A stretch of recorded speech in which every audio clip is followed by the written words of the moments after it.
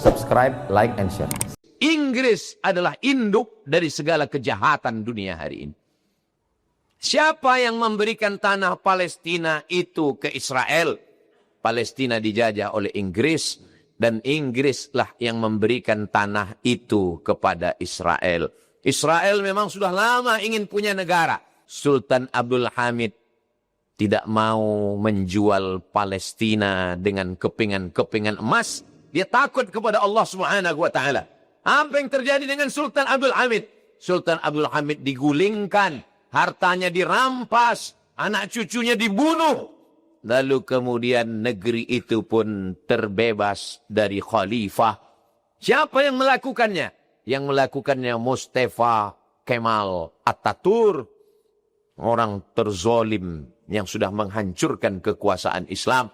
1924, sejak itu umat Islam lemah. Sebelumnya mereka tidak berani mengambil Palestina karena masih ada Amirul Mukminin, ulil amri, pemimpin umat Islam. Umat Islam tercabik-cabik, terpecah menjadi negara-negara kecil.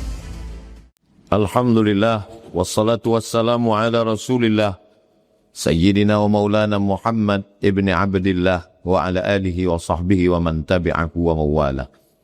Ashhadu an la ilaha illallah wahdahu la syarika lah, wa ashhadu anna sayyidana Muhammadan abduhu wa rasuluhu la nabiyya ba'dah. Allahumma salli ala sayyidina Muhammadin an-nabiyil ummi wa ala alihi wa sahbihi wa barik wa sallim. Qala Allah Ta'ala fil Qur'anil azim wa huwa asdaqul qailin. A'udzu billahi minasy syaithanir rajim. Ya ayyuhalladzina amanu taqullaha haqqa tuqatih wa la tamutunna illa wa antum muslimun. Wa qala ta'ala fi ayatin ukhra, ya ayyuhalladzina amanu taqullaha wa qulu qawlan sadida yuslih lakum a'malakum wa yaghfir lakum dhunubakum wa man yuti'illaha wa rasulahu faqad faza fawzan 'azima. Ibadallah, usikum wa nafsi bitaqwallahi wa ta'atihi faqad fazal muttaqun. Hadirin jamaah Jumat yang dimuliakan Allah Subhanahu wa Ta'ala. Kita sebagai umat Islam pernah mengalami masa keemasan. Di barat ada yang disebut dengan istilah Mozarabik.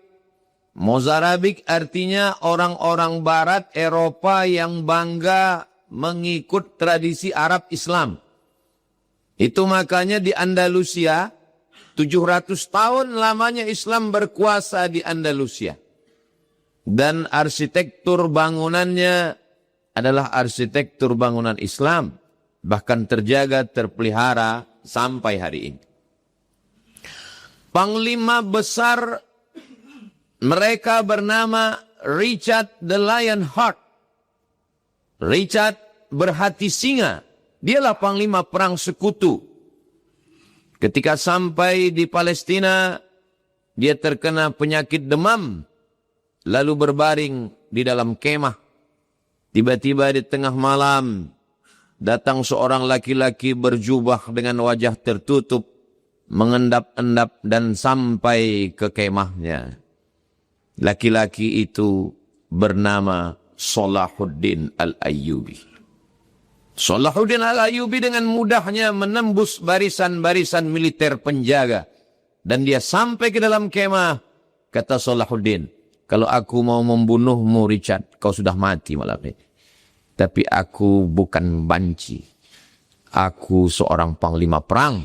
Aku datang ingin membawakan obat demam untukmu. Akhirnya Salahuddin Al-Ayyubi keluar lagi. Tersentuh hati Richard.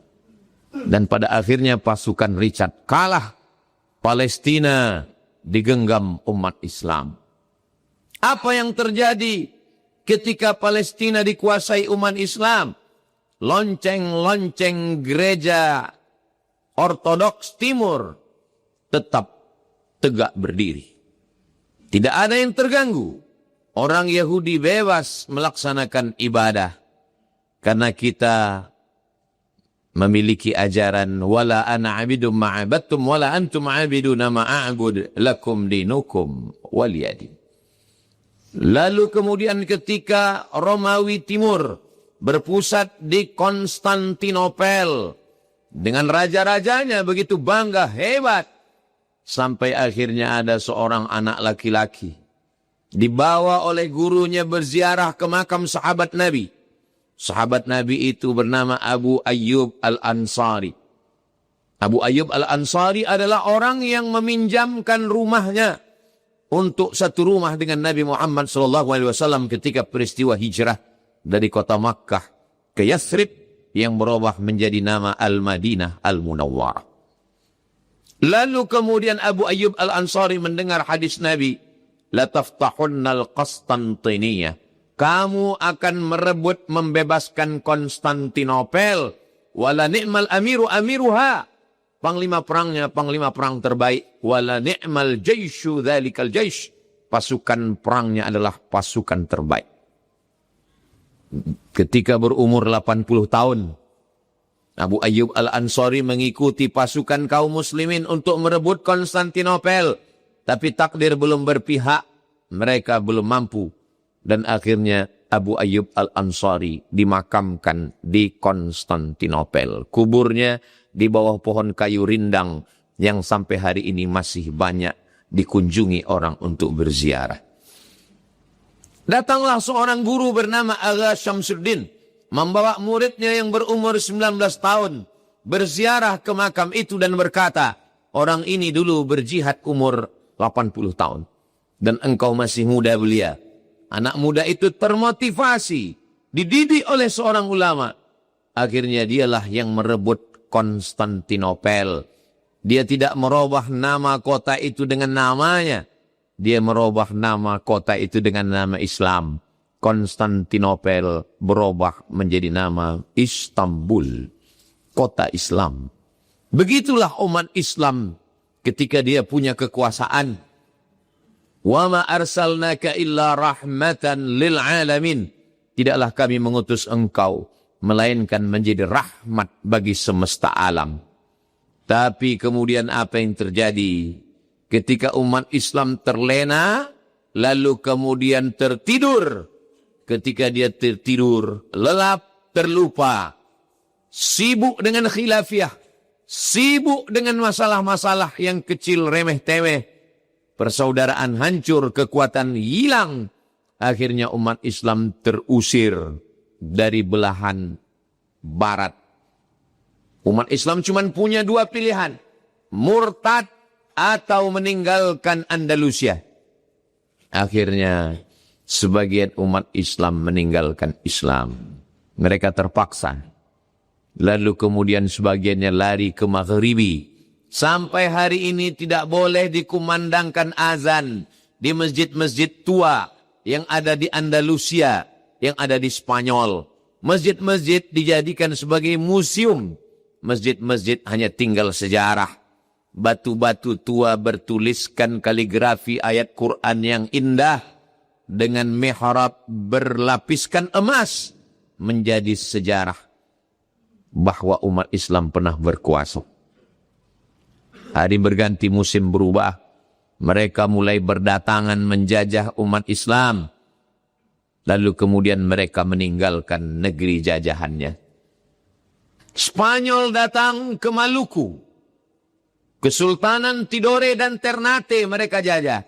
Lalu kemudian datang Belanda, datang Inggris. Umat Islam belahan timur tercabik-cabik. Bekas jajahan Inggris menjadi Belanda datang. Lalu kemudian terbelahlah dua bangsa ini menjadi beberapa negara. Hanya karena perbedaan siapa yang menjajah. Kita di Riau ini Melayu. Sultan pertama kita adalah Raja Kecik. Tahun 1723. 1723 Raja Kecik dilantik oleh 4 datuk-datuk. Maka dia Sultan pertama kerajaan Siak, Sri Indrapura. Dari mana Raja Kecik datang? Raja Kecik datang dari Johor, Malaysia. Dulu hubungan ini antara hubungan anak dengan ayah. Tapi setelah penjajahan datang, jajahan Inggris menjadi Malaysia, Singapura, Brunei Darussalam. jajahan Belanda menjadi Indonesia. Lalu generasi pertama masih lagi melihat. Nenek moyang kita tidak melihat permusuhan. Nenek moyang kita melihat saudara kami di seberang sana, di Semenanjung juga Melayu. Kita diikat dengan dua ikatan. Ikatan kebangsaan, suku Melayu. Ikatan akidah, Islam. Asyhadu an la ilaha illallah wa asyhadu anna Muhammadan Rasulullah. Hari berganti, musim berubah.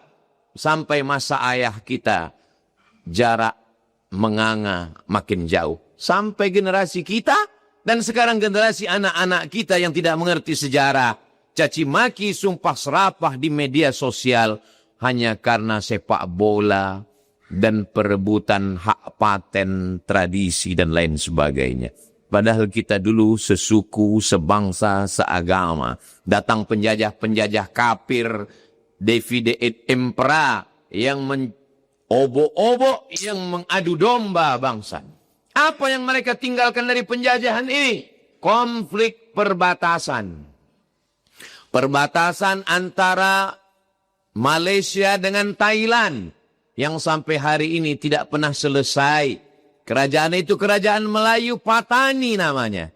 Sampai hari ini menjadi wilayah konflik. Berkesudahankah? Tidak berkesudahan. Begitu juga dengan saudara kita minoritas yang ada di Filipina. Muslim Moro namanya. Muslim Moro teraniaya. Muslim Moro terzolimi.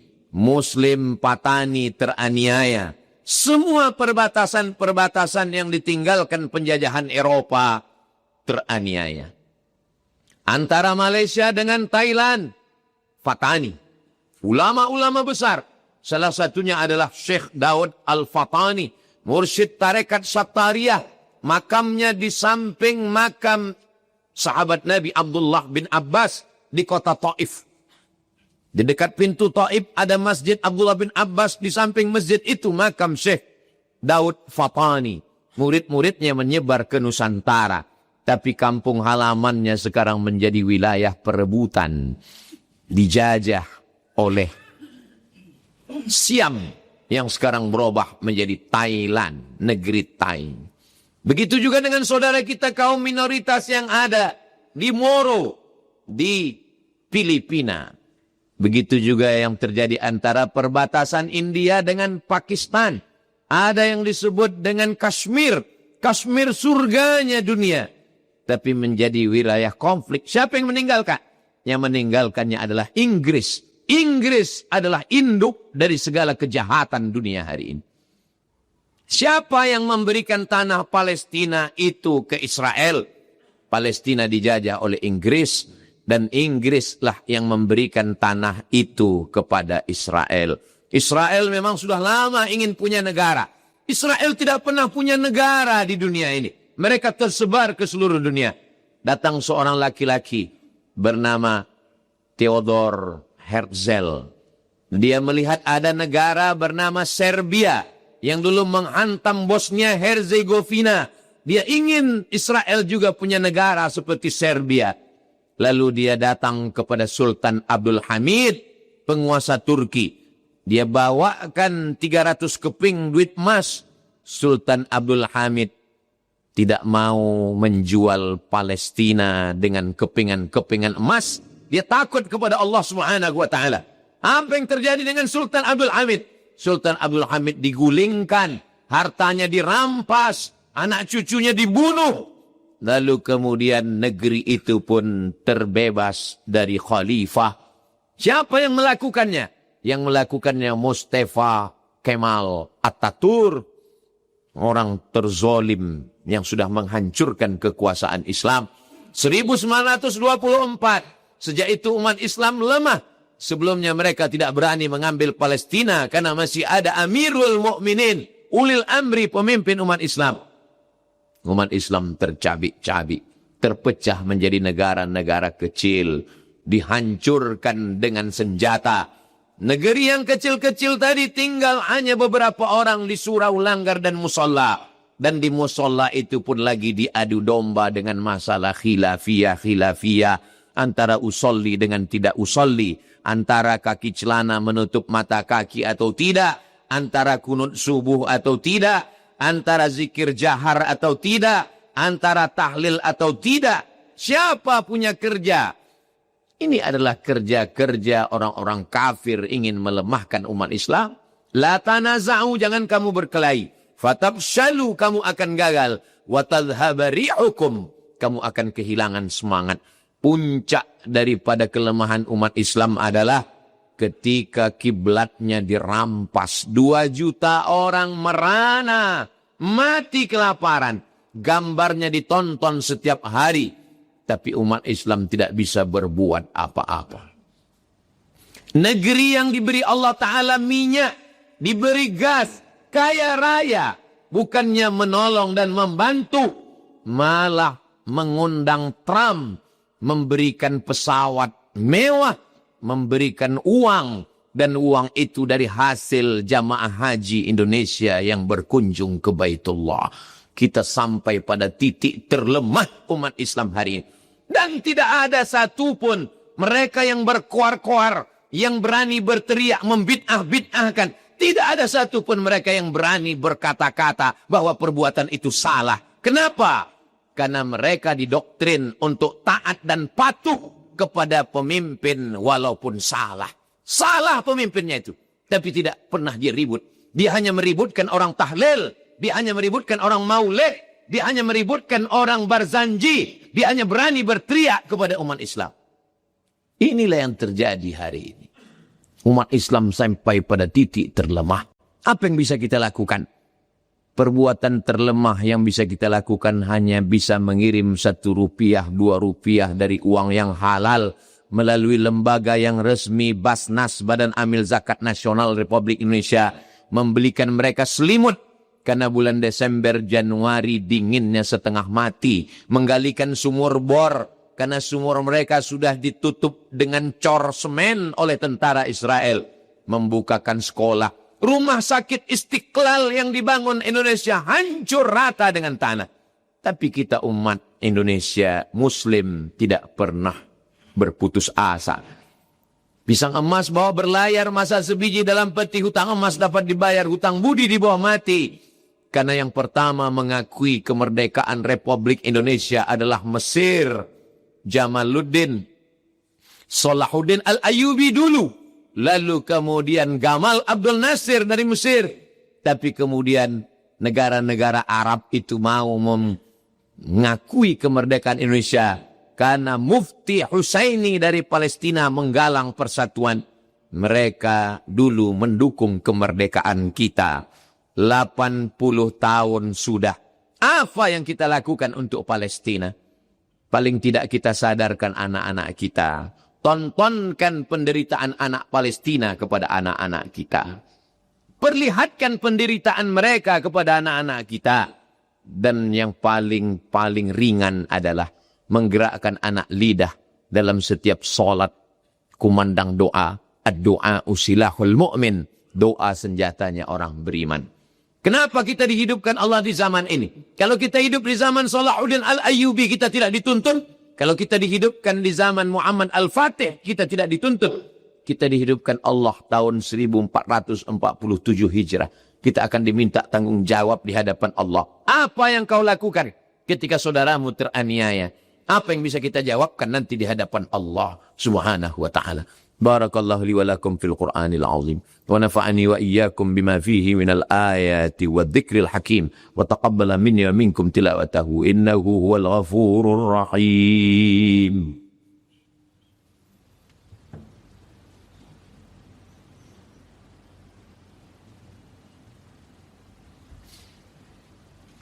Alhamdulillahilladzi bi ni'matihi tatimmus shalihat. Wassalatu wassalamu ala sayyidis sadat. وعلى آله وأصحابه أهل الفضائل والكرامات أشهد أن لا إله إلا الله وحده لا شريك له وأشهد أن محمدا عبده ورسوله لا نبي بعده اللهم صل على سيدنا محمد النبي الأمي وعلى آله وصحبه وبارك وسلم قال الله تعالى في القرآن العظيم وهو أصدق القائلين أعوذ بالله من الشيطان الرجيم بسم الله الرحمن الرحيم والعصر إن الإنسان لفي خسر إلا الذين آمنوا وعملوا الصالحات وتواصوا بالحق وتواصوا بالصبر.